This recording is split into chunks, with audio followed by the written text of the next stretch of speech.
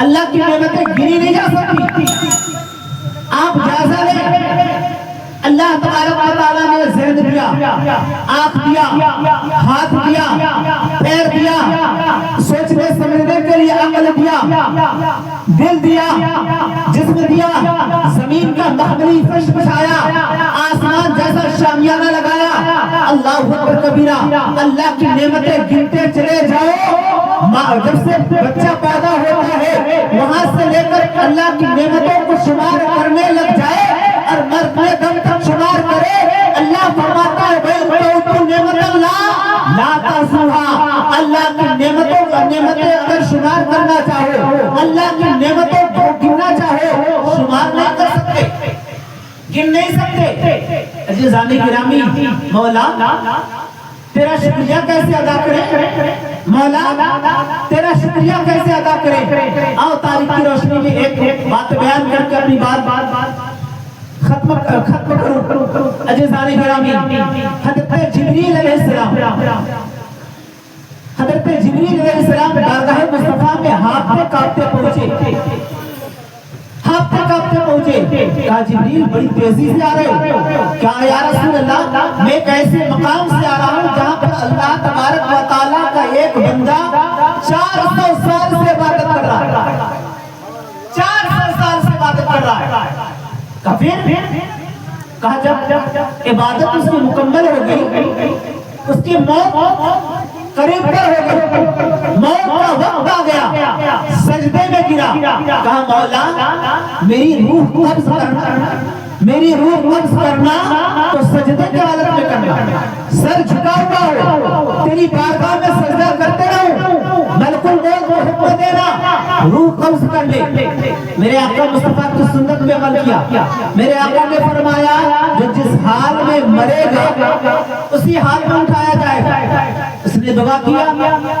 حضرت جبریل کہتے ہیں یا رسول اللہ, پھر اس کی دعا اللہ تبارک و تعالیٰ نے قبول فرما لیا.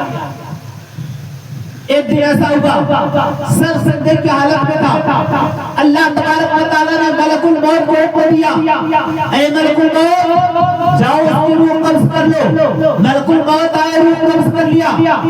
یا رسول اللہ یہی بندہ جب میدان محشر میں سوال و جواب کے بعد فیصلہ ہوگا, اللہ فرمائے گا اے میرے جنت کے فرشتوں, میرے اس بندے کو میری رحمت کے سہارے جنت میں داخل کر دو, جنت میں لے جاؤ. یا رسول اللہ یہی اللہ کا بندہ, یہی بندہ میدان محشر میں اللہ کی بارگاہ میں کھڑا ہو جائے گا.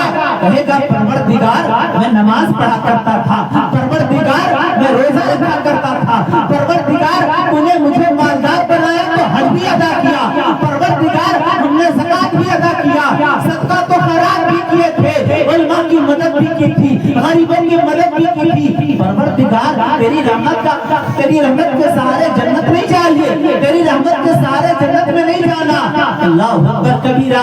یہی بندہ جب عرض کرے گا, جبریل کہتے ہیں یا رسول اللہ, اللہ فرمائے گا اے میرے بندے بتا تو صحیح آخر تیرا معاملہ کیا ہے, تیری مرضی کیا ہے.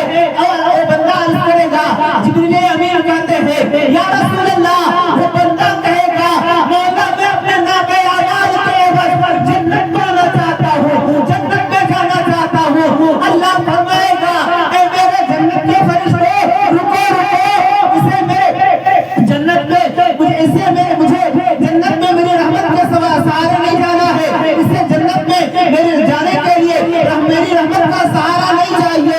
اے فرشتوں سنو, اس کے اعمال کو عدل کے ترازو پر تولو, اس کے اعمال کو عدل کے ترازو پر رکھو, عدل کے پلڑے پہ رکھو, اور میری نعمتوں میں سے اس کی 400 سالہ عبادت کو ایک پلڑے میں رکھو, اور میری نعمتوں میں سے دونوں آنکھوں میں سے ایک آنکھ نکال کر ایک پلڑے میں رکھو.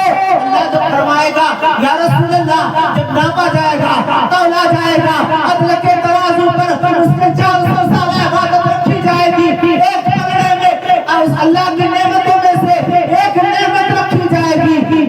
میرے آقا میرے حضرت جبریل عرض کرتے ہیں یا رسول اللہ, جب عدل کے ترازو پہ تولا جائے جائے گا, اللہ کی نعمت آنکھ والی پگڑا بھاری ہو جائے گا.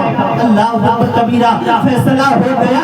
اللہ فرمائے گا اے میرے فرشتوں فیصلہ ہو گیا, اس کی عبادات کم ہے, اس کے نمازیں کم ہے, اس کے روزے زکات کم ہے, اسے جہنم میں لے جاؤ. اللہ اکبر کبیرہ. جبریل کہتے ہیں یا رسول اللہ, جب اللہ رحمت کے سہارے جنت دے رہا تھا, انکار کر دیا. اللہ تبارک و تعالیٰ نے کہا نامے اعمال تمہارے کم ہے, اے جہنم کے فرشتوں ہاتھ پکڑو, جہنم کی طرف لے جاؤ. اللہ اکبر کبیرہ. حضرت جبریل کہتے ہیں یا رسول اللہ, کوئی بندہ پھر کھڑا ہو جائے گا, کہے گا مولا غلطی ہو گئی, مولا معاف کر دے, مولا تو تو رحیم ہے, مولا تو تو کرم کرنے والا ہے, مولا معاف کر دے. مجھے اپنے اعمال کے سہارے, مجھے اپنے اعمال کے سہارے, اپنے نمازوں کے سہارے نہیں چاہیے, جنت نہیں چاہیے, مولا میں تو تیری رحمت کے سہارے جنت.